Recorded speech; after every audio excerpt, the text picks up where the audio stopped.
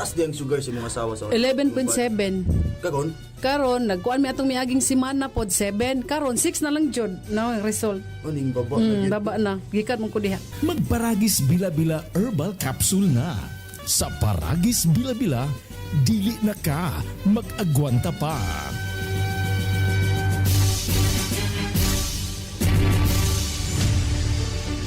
Kini ang sibianan sa RPN, Radio Philippines Network, DXKS.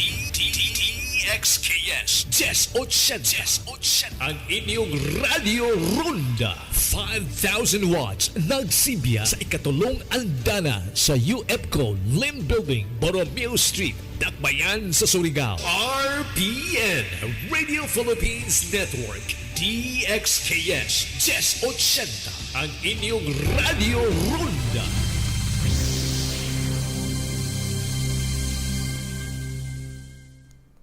Oras, alas 11:09 sa kabuntagon. That time check was brought to you by ACS Manufacturing Corporation, ISO certified world-class quality. ACS.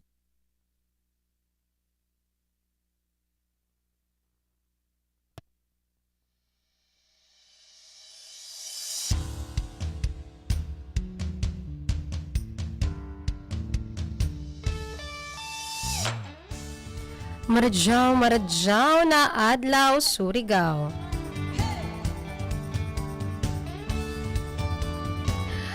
Maradyaw na buntag mga kabatan-unang Surigao nun ho.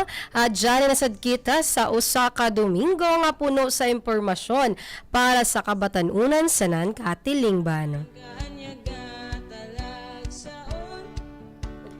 Kay kini ang inyong ati Veronica o ako ang inyong tingog sa kahanginan.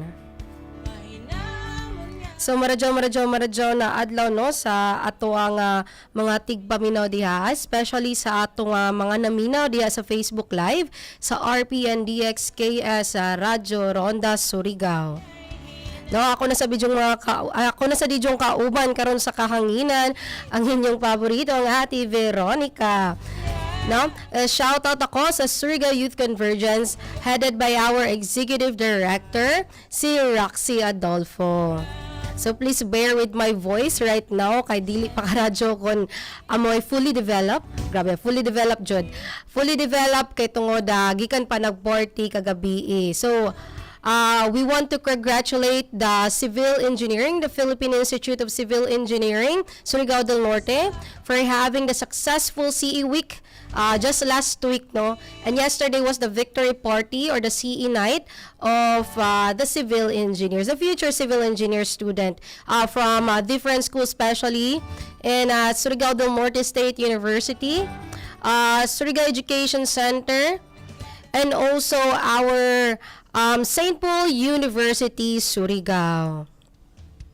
Now, congratulations everyone for winning on the different games and different activities in that activity sa CE Week.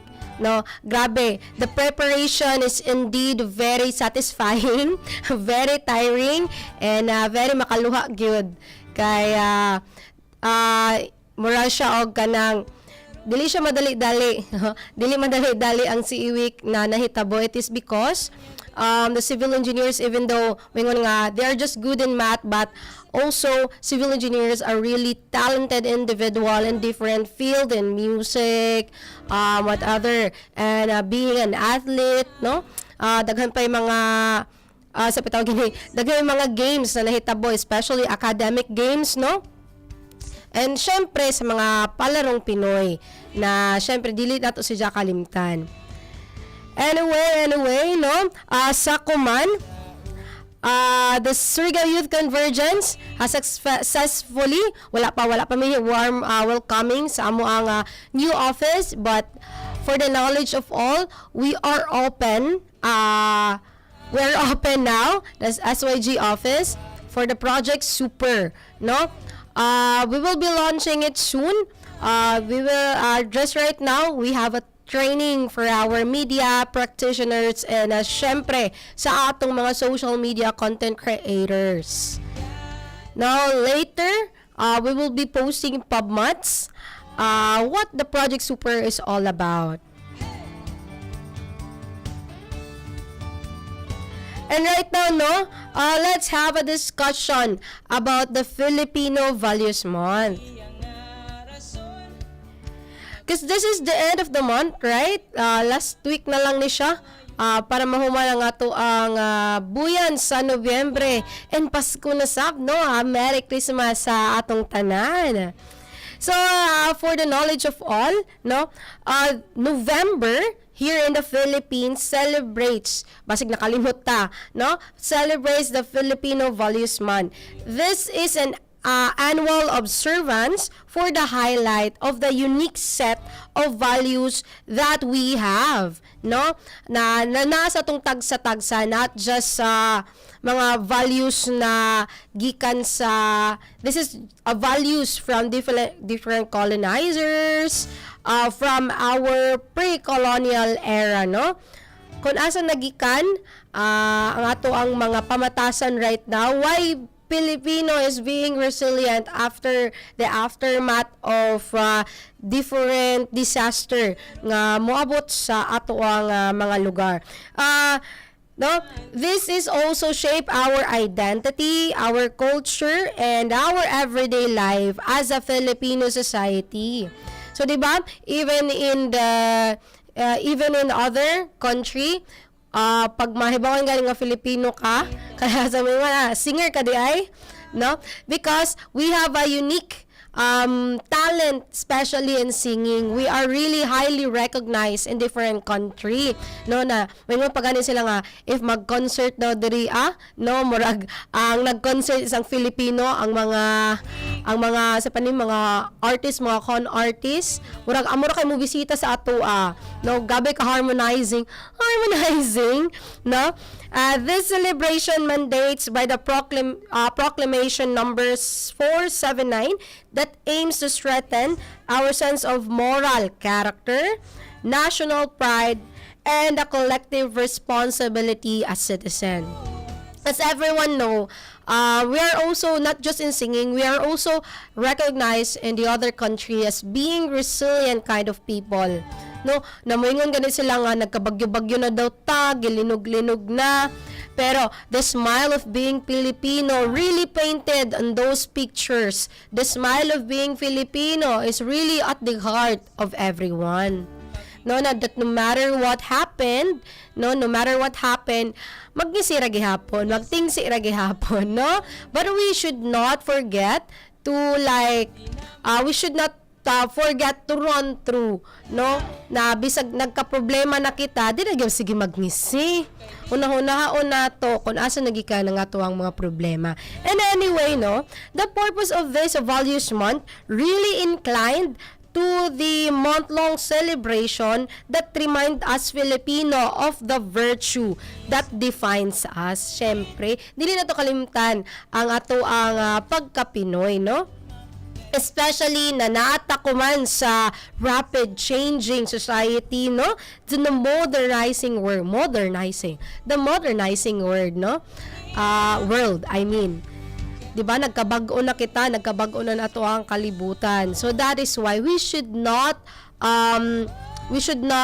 forget asa ta nagikan, or we should not forget unsa ang pamatasan sa usa ka Pinoy. Jabi gani moingon ng iban sus, ang lain manggani sa pani, ang lain pamanggani nasud ingani ngana manggani mga pamatasan. But we should really be proud that our culture is getting praised by the other country, because ang ato ang culture, ang ato ang values as being Filipino is really that unique and really that nice. That is why many foreigners, mga taga-lain na sumukan hidiri wala sometimes siguro payag sara siguro may mga bad comments, but commonly on us perminti ka jud mga good comments. Tumingon jud sila nga Filipino is being hospitable in a sense, very smiling, very accommodating. no, very friendly, especially no may nang iban Filipino accent is very good, no, can I hear your Filipino accent. Gabi mo dyan ng mga Filipino accent, no, dili jud malubad. Actually may ngon dyan ng iban nga Filipino accent is very sexy because we are not dili man siguro kang kitara, but we are one of those country who are nice in speaking English, no? Naati ka og galingon accent, but though sa ato ang although sa ato ang Filipino accent, it's still rooted for the values kung asa kita nagikan. This is also the core values that unite everyone, no? The values that continue to guide our action despite the societal challenges. Grabe, nga na dyan mga Pinoy. Also, di ba, natay, pinaglalaban, natay, sitawagan kanang pinagmamalaki. May pinagmamalaki tayong bayanihan, di ba? Kita rin dyan nga na kaya sa ibang country ignorance naman kila dito. Wala mo sila pakik, magkinaunsa mo sa inyong silingan. Kita gani kung mag-inaway ng mga mag-inaway-away ng mga silingan sa kilid-kilid, magkimaritis, manggani kita, ay, naunsa naman ang inyong silingan, nga na nagingana naman na, di ba? Shoutout ako tuod sa amo ang silingan diha, no, especially sa ako ang mother and father nga nadia sa naminaw sa amo ang panimalay. Now, this is the core values of the Filipino that's being highlighted for the Filipino Month celebration. Siyempre, pinakauna diha ang pagpakatao, the humanness, no? Filipino are known for our compassion, for our empathy, for our kindness, no?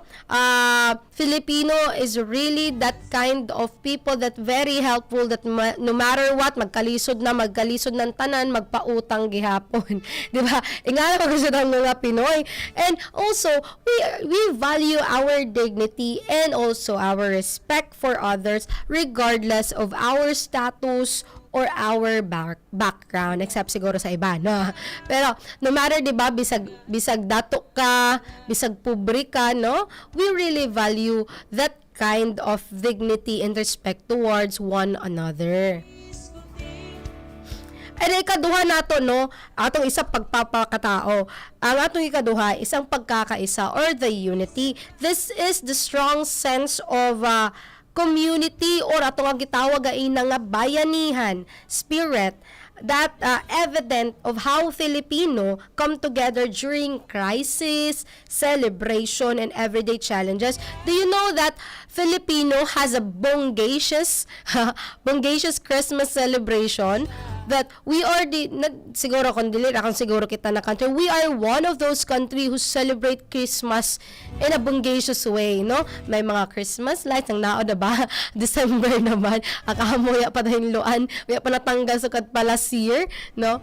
Diba? Nga nagihapon nga to ang celebration as being Filipino.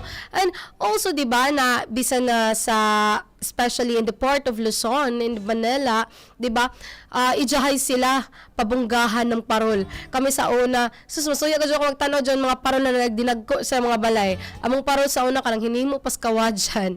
Di ba? Perfect karadyaw ang mga aura-aura ng mga Filipino when it comes to Christmas. Di ba? Bisa na magkapobre-pobre, basta dyan ikahanda, okay? Di ba? Later, I don't know if ma-post na ba ang video, you will actually realize that those values really rooted for us. Kaya nga no, mabalik-balik man jud siya, mao man jud comments mga tao na ingana jud ng mga Pinoy bitaw jud, no? Ikatuyo, no, di ba, pinakauna pagpapakatao, ikaduha is pagkakaisa, ang ikatuyo is pagmamalasakit or the concern for others. These values really reflects our natural tendency to help without expecting anything in return. That is being Filipino. Diba? Walay ikabaylo. Diba? Walay, sipitawag ini, bisag walay ikabaylo, walay bayad mo tabang jud ta. Because that is our character as being Filipino. Now, it is what fuels volunteerism in public service. Do you know that Philippines is one of those country that has a many kind of organization that really very charitable and very advocate to help their community, di ba? Isa kita sa mga country na daghay nga na, cause even in the other country, panyagsa na jud mo makakita nga na magdapog na grupo for the community service, because ang ilahalagi dito kadalasan is like ijahay lang, although nga naay mga humanity or community services, pero kadalasan na nila gina-target nila those urban poor lang. Urban poor lang na mga lugar. That is why some of those organizations from other country really help Philippines. It is because, or kadalasan ginapunduhan na lang nila, because we really mobilize inside na makatabang kita sa lain na sa lain na mga butang, especially of course ang atong youth. One of those organization is the Surigao Youth Convergence that really advocate the sustainable development goal. Diba? Highly recommended. We highly really appreciate our executive director, Mr. Roxy Adolfo, for being a good public servant. Grabe. Kung makabalo lang mo sa mga services that we really provide without expecting anything in return, just siguro kwarta lang siguro na para mabobalize, kasi syempre kadalasan na ang organization is dili jud makajagan kadalasan if wala yung mga Dutches. That is why we really need help from our sponsors to really mobilize or really to really implement our projects. Diba? Grabe. Even here in Surigao, we have a bunch of organization that really caters the community that is really rooted to the Filipino values that we have, no? Ang pagmamalasakit or the concern for others. Pang-upat, no, is pakikipagkapwa or the shared identity or relationship with others. Dili na relationship ha, nga mangguyab-uyab. No? Filipino believes that we are all connected and treating others as fellow human beings with feeling that needs is central to our interaction. Diba? Even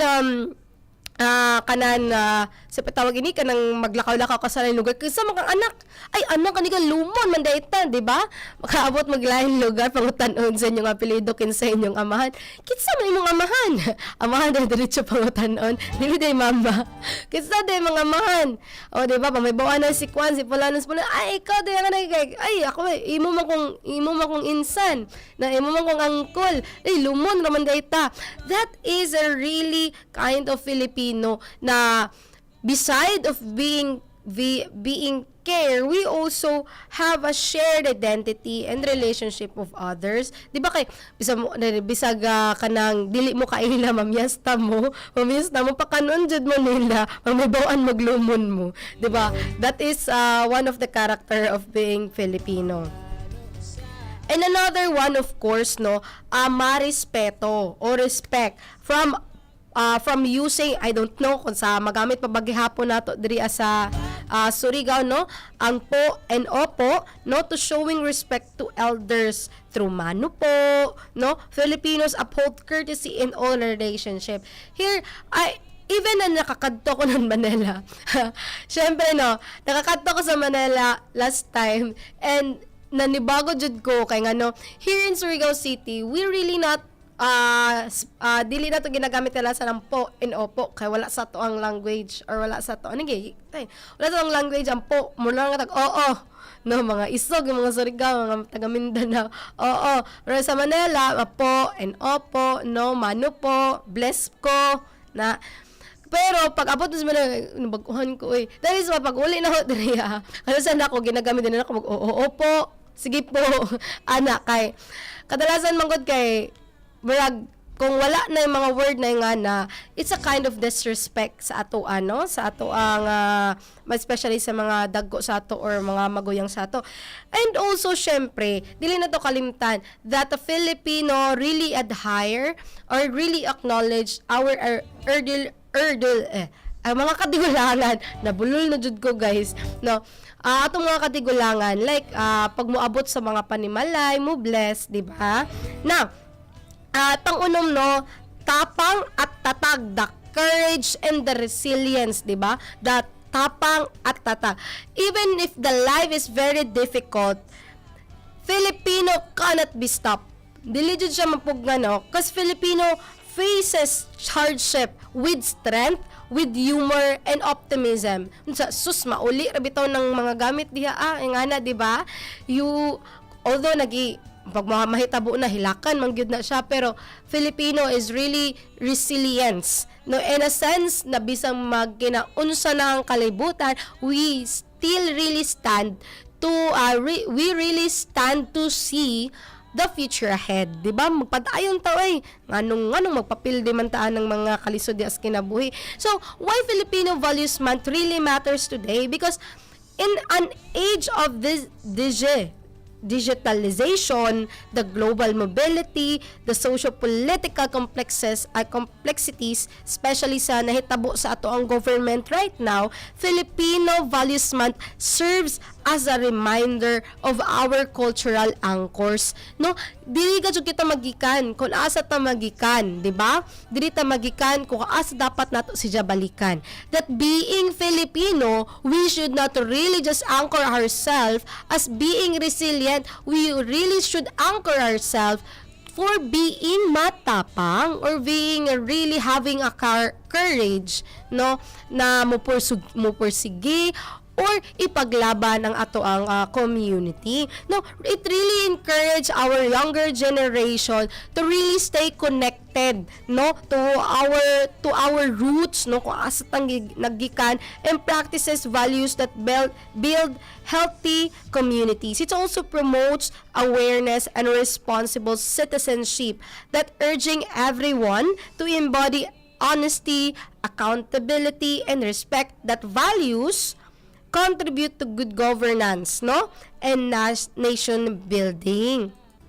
Diba? Kada sila, nilaad mo kayo na batasan, oy? Diba? Lain na mo siya batasan, like nahitabo sa ato ang gobyerno kuman, even sa mga Senate hearing, the Congress hearing, diba? Makabati kita sa mga ingana ng mga pamatasan. Nganong di naman dyan sila makonsensya, diba? Nganong maabot mo dyan sila sa punto na even for the goodness, bisan sila makabenepisyo manggihapon sila in the long run, di ba? Nganong ilaram sa lirihon, no? Nganong one time satisfaction na mga dyan ang ilahang gusto. Di ba sila gusto madato ang Pilipinas para mga dato pod sila, di ba? Asa na ba yung sinabing iangat ang nasa laylayan? O sa mga pag-angat sa laylayan, mutaka mo sa gihapon na sa taas, di ba? That's really a narrative that really complicated, no? Now, how it was celebrated, the Filipino Values Month. So, in schools, in the government agency, and local communities, really often organize this kind of celebration through different kind of activities, no? Especially social media campaigns, promoting positive traits. So, this activity really creates an opportunity for all of us to really reflect, engage, and strengthen our shared cultural identity. And that is being a Filipino.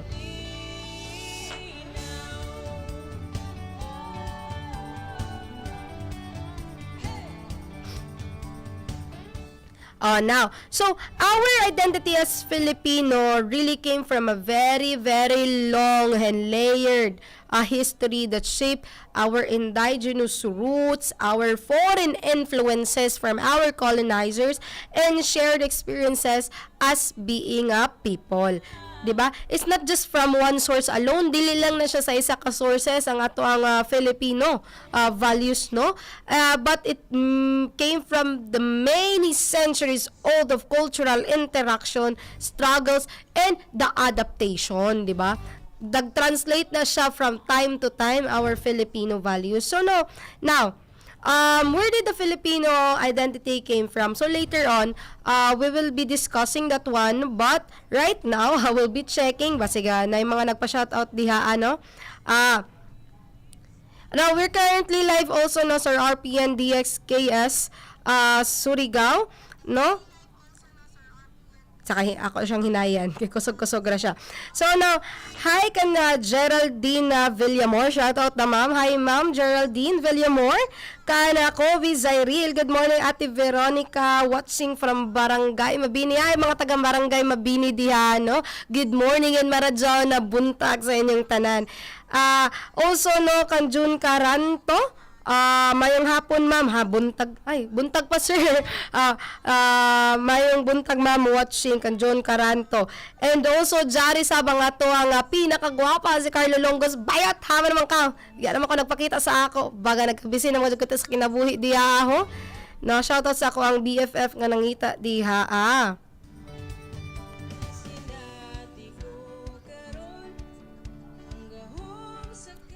And also no, oh my God, I miss you girl. I miss you sa Carlo Longos, no? Now, where did our identity as Filipino came from? So, first, for our indigenous ancestry or before the foreign colonizer came in our country. So, long before na-colonize ang Philippines, no? The Philippines was home for a diverse people. Do you know that? In 400 BC, no? The Philippines naana siya own civilization inside, no? Nanatay kaugalingon mga tao diri from different that came from different part of the world, no? Nakabot sila diri na nagsakay sila sa aton bangka na tagtawag nila nga balangay, no? Natakuman de-translate nila, no? Taghimo nila ng barangay. Hanto ay balangay, nagibala barangay. Then kuman nahitabo, nananatay community of barangays.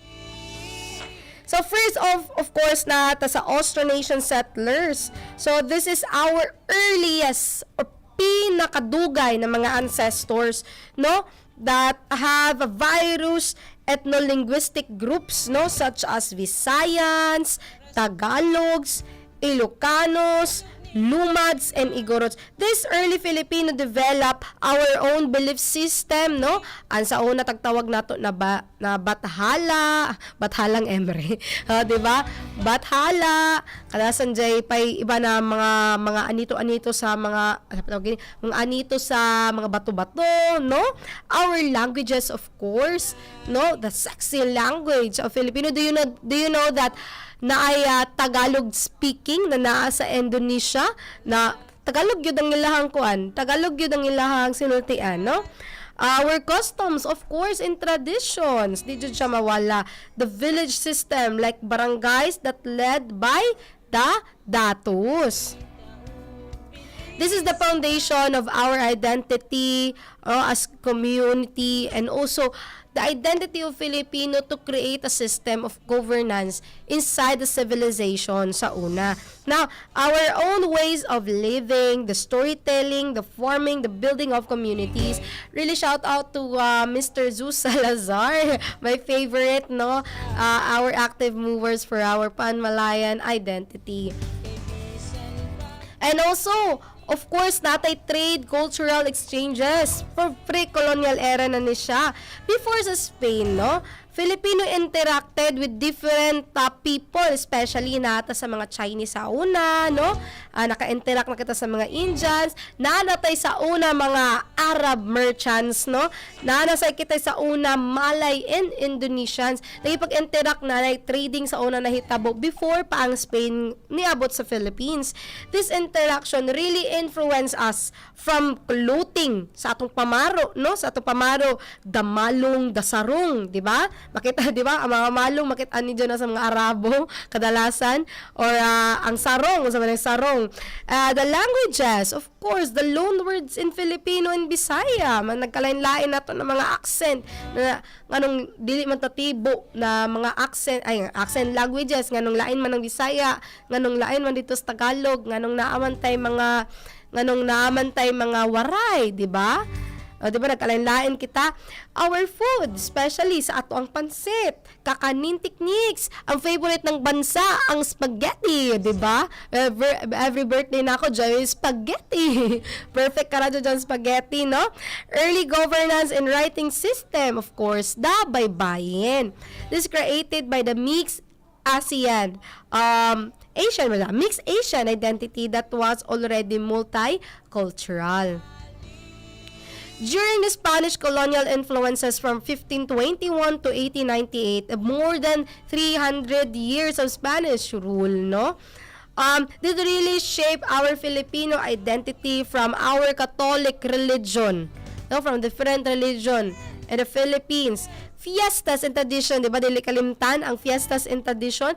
The Hispanic surnames, di ba? Ato ang mga surnames na pag mag-asawa na, magsumpay-sumpay na, magkataas na. Ay pangayon Veronica, Sarmiento, Nogaliza, at pangayon Sabana, pangayon nato na. Nagkataas na. Of course, no? The architecture such as churches and plaza. The values like pakikisama, hiya, utang na loob, interpreted through the lens of colonial society. This Spanish colonization really organized or reorganized our island from the root itself, from the pre-colonial or the earliest ancestors, into a single political unit which later helped form our national identity.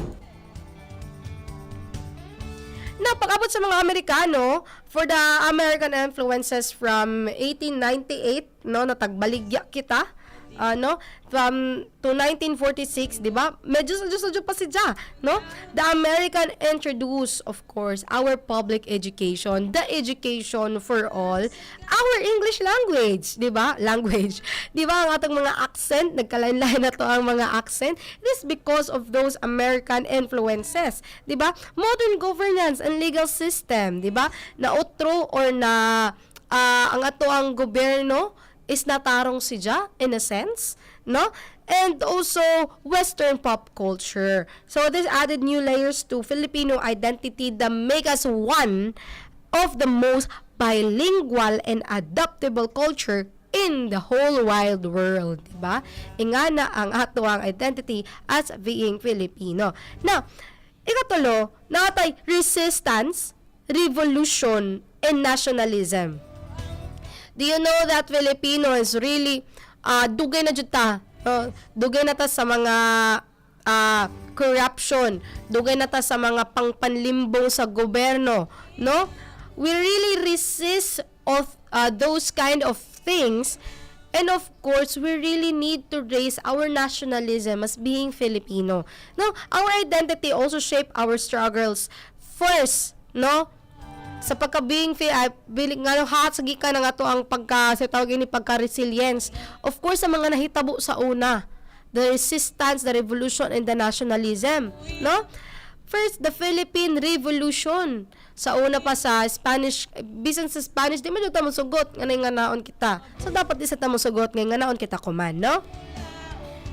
The writings of Rizal, the writings of Del Pilar, the writings of Jacinto, di ba? Heroes who fought for freedom, no? Local revolts and regional warriors, no? Resistance during World War II. These moments create the sense of bayanihan, the sense of courage, and the love of freedom for all of us, diba? This strengthened the identity of truly Filipino, not just as colonized subject. So, for the knowledge of our, there is no there is no kind of colonialism that is good. Kaya kung may mapatay na bisan isa ra lamang katao, that is already a bad kind of colonizers. Now, in the modern Filipino identity, of course, no, it's really rooted for the new era, the adaptable Filipino that we have, no? Today, we are influenced by the globalization, the pop culture, from Filipino to other country, regional diversity, the technology that we have, the migration, the local tradition, Visayas, Ilocano, Kapampangan, Maranao, and etc. etc. Di ba? Nagkalain-lain ang ato ang mga ginikanan sa ato ang Filipino identity. Do you know that foreigners really really targeted the Filipino audiences? It is because kay kanang active data sa social media, no? Sa mga nagkalain-lain ng mga social media outlets o targeton dyan nila ang Filipino. Kung gusto niyo musikat, hala ibalandra ang Pilipinas para daghay mo like sa imuhang mga posts, di ba? Despite this differences, we shared a very common values. First, the family-centeredness. O sa ibang bansa, 18, 21, mulugwa na silang family. Here in the Filipino, bidsan na apay lolog-lola sa isa ka panimalay, mudako gyud na, di ba? Nga ng Filipino as being family-centered, family-oriented kind of people. Of course, isa pa ang atong pagka-resilience, di ba? Respectable, no? Our collective spirits as being Filipino. Pakabot kayo sa lain bansa, Filipino, di ay ka. Asa makagikan? Saan ka nang galing, di ba?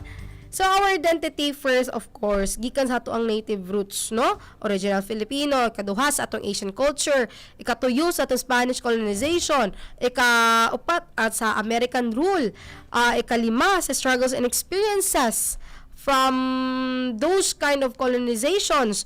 And lastly, of course, sa mga modern changes nga naa sa ato ang kalibutan. So, these layers really combine to form what we have now, or what we call now as Filipino identity, the diverse, the resilient, the adaptable, and deeply proud of its heritage. And that is a Filipino identity. So, mamino kita no? Kung kisa pa yung nagpako Andrea, kabasi ni chat na nin. So, we are currently live no sa ato ang RPN DXKS Surigao, no? Okay. So, now, again, no, naanami office sa Riverside, Narciso. You can visit it in Zenar. Kalimutan ko sa pangalan. Sinares? Ba't to? Sinares building, no?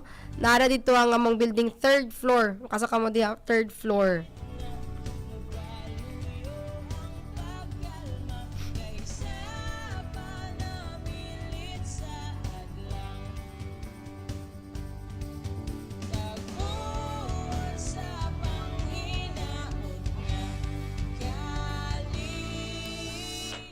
No, kagabi, no, really want to thank you for everyone who celebrated the CE Week. And please be reminders, no, na if namo sa lugwa, dili jud nato ipang sa paniinit-init ato ang mga ulo, no, na pag mahubog gani, no, dili da jud isa ka jud sa oyon mga kabuang, no, kaya makasakit kita ng tawo, no. Shout out tuod, no, sa kung kinsa man lamang ton nagkuan sa ako ang classmate kagahapon.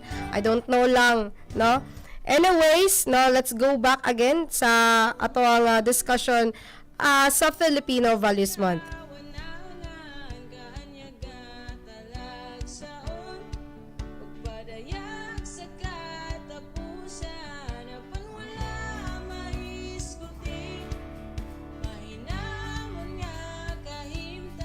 Now, this is just additional discussion, no, for the region of Filipino.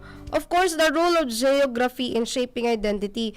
So, syempre, ato Filipino, and sa Philippines, even though nga nakasalain isla, no, we really have shared identity na nasa lain, no, bisag na nakaspikas isla, no, pare-pareha naman gihapon kita, no. So the Philippines as archipelagic nature that composed of 7,000 islands played a major role in the formation of diverse yet interconnected identities. Because of our communities that were separated by the sea, we have different languages. That is the reason why badya na natin nagkalain-lain ng languages. It is because na-separate kita, di ba, gamay raman jud ta natong panginabuhi sa into the maritime, di ba? Di ba, nagkalain-lain kita ng languages, dialects na na-develop nato. Kay syempre, di ba pwede nga, huy, Di man pwede sa unang nga may nga, huy, unsa man ang inyong language, di pasabtab mi, mukad to pikas isla para masabto ng ila, kay para kamo, magsinaptanay pud mo sa ilalom. That is why, to become very convenient for them, they created their own language inside their community, inside of that island, para magkasinaptanay sila. Kasi lang maghihapoy mag-iban. Kaya not everyone can really afford to travel outside the sea, no? Outside the sea? Through the sea to other island para magkasinabtanay sila dito. And also, we have a unique traditions. Diba? Dances, ritual emerges from those kind of a reason, no? Regional cuisines, practices, and evolve.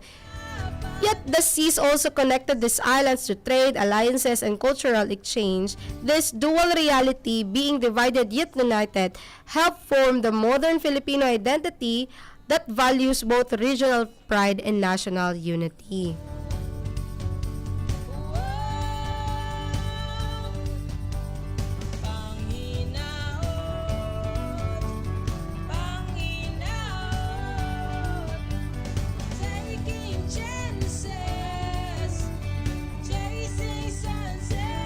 And of course, no, sa recent nga nahitabo sa ato ang Miss Universe Philippines 2025. Kay Atiza Manalo, no, to our shining queen, the Miss Universe Philippines 2025. No, congratulations, no, for carrying the heart, the courage, the elegance of every Filipino. Thank you so much, Atiza Manalo, for fighting for all of us. Ikaw pa rin ang panalo sa mga puso ng Pinoy. No, your journey really reminded us, no, that true beauty is not only seen on stage but also felt personally. In the way you inspired people, you uplift the communities and represent our country with grace and authenticity. Like sa tong sa giingon ni Jan, no, that no matter what your background is, no, from being a poor people, no, bisag pobre pa ka, you really need to outshine in everything. Like usad kita tong atong fourth runner-up, say kalimutan ko pagbasa sa Cote d'Ivoire, ano to na country, di ba? Like sa get in the room that so kanang people na dili nimo kaila and shine on it. Oh, di ba? That's right, actually, no? Go in a room where you don't know the people or the people really dislikes you, di ni mo siya kaila, hate ka nila, outshine out of them, di ba? Diyan man sa imo ang power. O diyan sa power nimo as a being a human, of course, being a woman, di ba?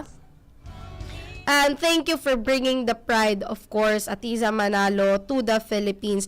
Your determination, your intelligence, and your compassion really radiate far beyond, no, the spotlight, that proving that Filipina, no, as a Filipina, is powerful not because of the crown you wear, no, hindi lang sa bulaklak na natanggap mo sa Miss Universe, no, but also the purpose you carries that really makes us proud as being a Filipino, no. Mabuhay ka, Queen Atiza Manalo. You are our Miss Universe 2025 by heart. Continue to walk, no, adyo ani pagundang Zay.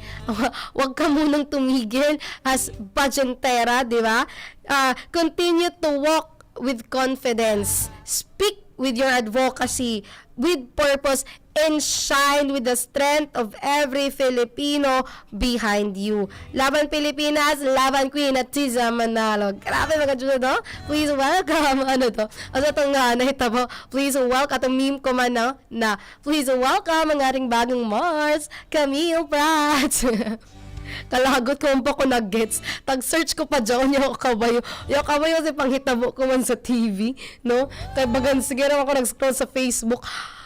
Kabayo ba ka mo? Taglaong John, just, last week pa to? Last week pa to si Ja? Last week? Nahibawa na ako just 3 days ago. Ang sabihin to. Ang po ko nakarelate, ang po ko nakatawa sa nahitabo. Diba? Grabe, late change. Grabe na ka-late boomers, guys. Sorry. Di ako makasabay sa mga memes, diba? Nga lang, Filipino values, no? na nag-circulate ka man sa Facebook, mga may na bitaw nan kadalasan bitaw no, mahibawan nga jud ni mga Pilipino basta sabaan na sa comment section. Ya, sabaan na social media. Pinoy ka jud jaon way lain. Makig-away sa kuan, makig-away sa mga taga-lain bansa, Pinoy ka jud jaon youths. Para iban minalitahay ka mo, kayon ko siguro ni Jo, pag malitahan ni Jo ang Pinoy mo laban panon Pilipinas. Anyway, that is our Filipino identity.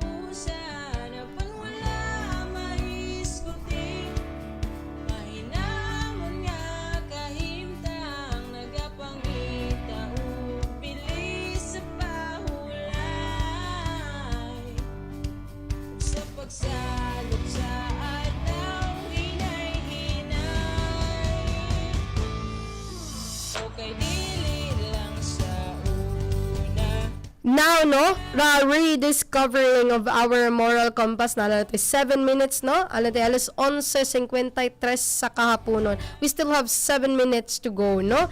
So, let's have a wrap up for this, no?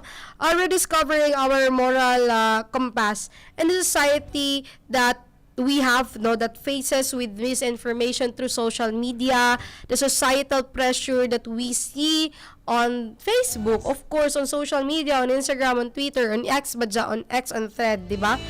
The moral conflicts, Filipino Values Month really encourages us to realign, no, ang atong moral compass. Adyo to nagikan, no? Di ka dyan nato John si Jakalimtan ang pagkabuutan sa isa ka Pinoy, ang pagkapalaban sa isa ka Pinoy, no? That pushes us to practice what we often forget. Ini ka dyan mga butang, we have 3 things na kadalasan makalimtan ka dyan nato, no, nahimuon. Ini na dyan tuyo ka butang na pinaka sa dyan pero pinakalisod ay pinaka sa dyan sultihon pero pinakalisod buhaton. Of course, first, honesty, even when no one is watching. Di ba? Kadalasan jaon mga jaon sa ato, nasa ato ang nasa ato ang pagkamatinud-anon. But mabot mga jud ang adlaw kadalasan nga no, nga maglisod na kita magway kon sa tawag ini maglisod tagway ko. Especially kanang sa tawag especially if na kaon na kita sa sistema, no, sa social media na need na nato ng video-videohan para lamang makatabang kita, di ba? No? Next, integrity in schools, in work, and in relationship. No, the cheatings in schools, the cheating in works, the cheating in relationship is really rampant in our society, di ba? Nagpost sa social media na tagbuyagan na ng uyab kay nagbinuang, di ba? Di dapat nato kalimtan as being Filipino, we really need to stand the integrity, no? The integrity of being a Filipino, no? Ang atong pagkamatinud-anon sa eskwelahan, pagkamatinud-anon nato sa work, pagkamatinud-anon nato sa ato ang relationship sa matag-usan, no? Sa atong mga asawa, sa ato ang mga uyab. Of course, the accountability of our action. Ini ka jud ang kalisod gud si himuon kay ngano. Mingon mo jud di man wala man ako na siya gihimo si pulano man ni Misaya. No di na mga jud mo angkon pag mabot ng adlaw pero adtong taghimo pa lagarat ra, di ba? That is one of those few things, no. Three main things na kadalasan malimutan ka jud nato.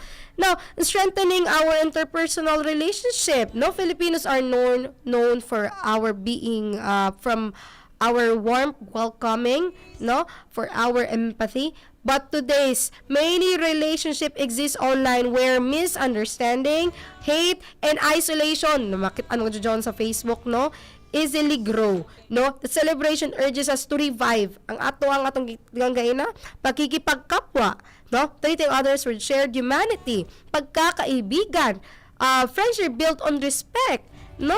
Ang pagkakaisa, the unity despite the differences or the diversity, no?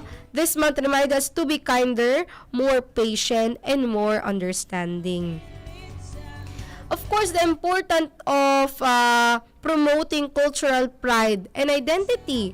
di ba, with global influences that shape our entire nation, from the Korean culture, no, na mga nasusadyo na sa una, mga uso pa dyan mga Koreano sa una, no, mga BTS, mga Bangtan Sonyeondan, mga Blackpink. Of course, dili gyapon na to si Ja kalimtan that we really need to reconnect ourselves with our cultural identity, because that is very essential for all of us. That is why this month really encourages us to have a pride in local languages and heritage.